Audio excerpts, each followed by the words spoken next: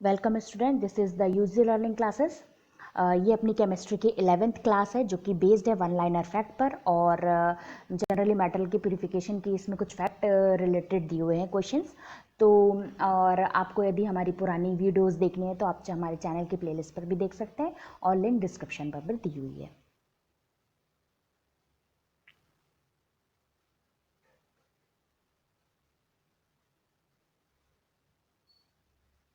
चलिए आज की क्लास स्टार्ट करते हैं जो कि बेस्ड है आपके general principle and the process of isolation of element. First fact देखते हैं अपन, heating ore with the carbon in the absence of air is known as smelting. ठीक है, अगर आप किसी भी ओर को हीट करते हो कार्बन के साथ अगर और यदि आपने एयर सप्लाई नहीं किया हुआ है तो उस प्रोसेस को अपन क्या बोलेंगे, स्मेल्टिंग बोलेंगे। ओके, अगर आपने एयर सप्लाई कर दिया तो उस प्रोसेस को अपन क्या बोलते हैं, रोस्टिंग। तो बहुत बड़ा डिफरेंस है स्मेल्टिंग और रोस्टिंग के बीच में। अगर आपने एयर सप्लाई किया है ओर को हीट करते समय कार्बन के साथ तो उसको आपने अगर एयर सप्लाई किया है तो उसको अपन ने क्या बोला है, रोस्टिंग। और यदि आपने एयर सप्लाई नहीं किया है तो उसको अपन क्या बोलेंगे, स्मेल्टिंग। ओके, सेकेंड फैक्ट देखते हैं अपन, cassiterite is the ore of metal tin. ठीक है, तो जो टिन होता है इसका सिंबल एसएन होता है, उसका मेन ओर जो होता है वो क्या होता है, कैसेटेराइट। ठीक है, याद रखना, बहुत इंपॉर्टेंट क्वेश्चन है, जनरली पूछा जाता है एग्जाम्स में।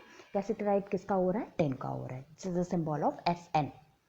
Third is aluminothermic process used for an extraction of the metal whose oxides are not easily reduced by carbon. Aluminothermic process जो है वो जनरली किसके लिए यूज़ की जाती है, ऐसे मेटल के लिए यूज़ की जाती है जिनके ऑक्साइड्स होते हैं वो कार्बन से इजीली रिड्यूस नहीं करते हैं। ये एल्यूमिनोथर्मिक प्रोसेस को अपन थर्माइट प्रोसेस के नाम से भी जानते हैं। ये जनरली एक्सोथर्मिक प्रोसेस है और जनरली आयरन के लिए इसका इंडस्ट्रियल यूज़ किया जाता है। ठीक है, आयरन मेटल के लिए इसका यूज़ किया जाता है, उनके एलॉयज़ बनाने में, आयरन के जो एलॉयज़ होते हैं उनको बनाने के लिए अपन एल्यूमिनोथर्मिक प्रोसेस का यूज़ करते हैं। जनरली एक ऐसी प्रोसेस है exothermic, highest amount of heat जो होती है उससे उस प्रोसेस में क्या होती है, रिलीज आउट होती है। ठीक है, एल्यूमिनोथर्मिक को आप थर्माइट प्रोसेस के नाम से भी जानते हैं। ठीक है,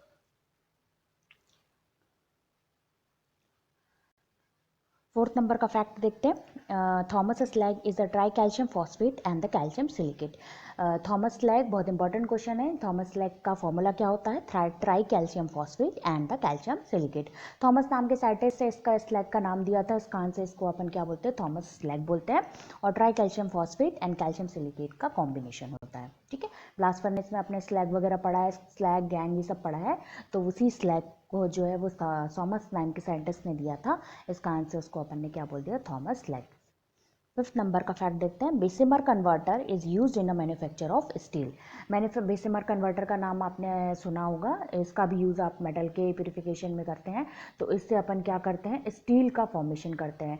ये स्टील जो होता है पिग आयरन के थ्रू बनाया जाता है और बेसिमर कन्वर्टर का इसमें यूज़ किया जाता है। ठीक है, तो आप याद रखिएगा पिग आयरन का यूज़ किया जाता है स्टील में के फॉर्मेशन में।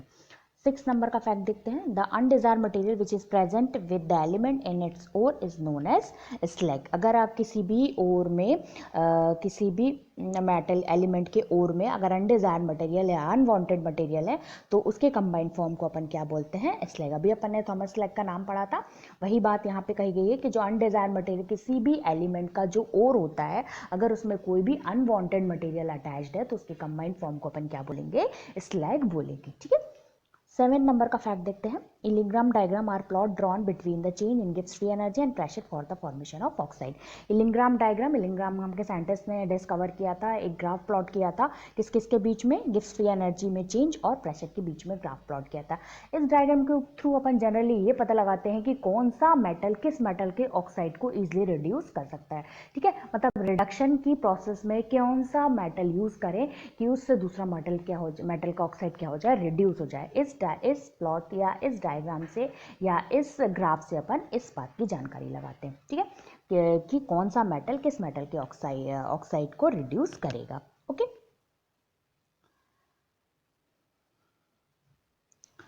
8 नंबर का फैक्ट देखते हैं, malachite is an ore of carbon. ठीक है, मेलेकाइट ये भी बहुत इंपॉर्टेंट क्वेश्चन पूछा जाता है जनरली। मेलेकाइट जो है वो कॉपर का ओर है, कॉपर का सिंबल क्या होता है, सी, कैपिटल सी और स्मॉल यू। ठीक है, कैपिटल सी और स्मॉल यू कॉपर का सिंबल होता है, इसका जो ओर है उसका नाम क्या है, मेलेकाइट। ओके, 9 नंबर का फैक्ट देखते हैं, the most abundant metal on the surface of earth is aluminium. ठीक है, तो एल्यूमिनियम एक ऐसा एलिमेंट है जो अर्थ सरफेस में सबसे हाईएस्ट अमाउंट में मिलता है, ठीक है। बहुत आपकी पूरी पीरियोडिक टेबल में जो एल्यूमिनियम नाम का एलिमेंट है वो अर्थ सरफेस पे सबसे ज़्यादा अमाउंट में मिलता है। सिंबल क्या होगा, ए कैपिटल और एल स्मॉल। एल्यूमिनियम का सिंबल ए एल, ठीक है। तो एल्यूमिनियम जो होता है वो अर्थ सरफेस में सबसे ज़्यादा हाईएस्ट अमाउंट में मिलता है। 10 नंबर का फैक्ट देखते हैं। The impurities associated with the mineral used in metallurgy are called collectively gangue, ठीक है। जब आप किसी भी मेटल को प्यूरिफाई करते हैं तो लास्ट में आप जो भी अनवांटेड मटेरियल बचा होगा या इम्प्योरिटीज बची होगी उसके एसोसिएटेड फॉर्म को अपन क्या बोलेंगे, गैंग बोलेंगे। आपने ब्लास्ट फर्नेस पढ़ा, आयरन का ब्लास्ट, कॉपर का ब्लास्ट फर्नेस पढ़ा है, आयरन का ब्लास्ट फर्नेस पढ़ा, तो आयरन का बहुत इंपॉर्टेंट है। तो आयरन का जब आप ब्लास्ट फर्नेस देखते हो तो उसमें नीचे की तरफ फ्लोटिंग मटेरियल अपन को मिलता है जिसको अपन इजीली एक्सट्रैक्ट कर लेते हैं, इजीली निकाल लेते हैं आउटलेट से। वो कैसा होता है, सेमी सॉलिड स्टेट में नीचे की तरफ फ्लोट करता रहता है, उसको अपन क्या बोलते हैं, गैंग। गैंग क्या होता है, इम्प्योरिटीज कलेक्टेड मटेरियल होता है, ठीक है। लास्ट में जो भी पूरी इम्प्योरिटीज होगी उस मेटल में, तो मेटल प्योर स्टेट में अलग मिल जाएगा अपन को, और जो भी इम्प्योरिटीज लास्ट में कलेक्ट होगी उसको अपन क्या बोलेंगे, गैंग बोलेंगे, ठीक है। I think all the question we have done. Next class में नेक्स्ट टॉपिक के साथ, नेक्स्ट स्लाइड के साथ फिर से मिलेंगे क्लास। Thank you.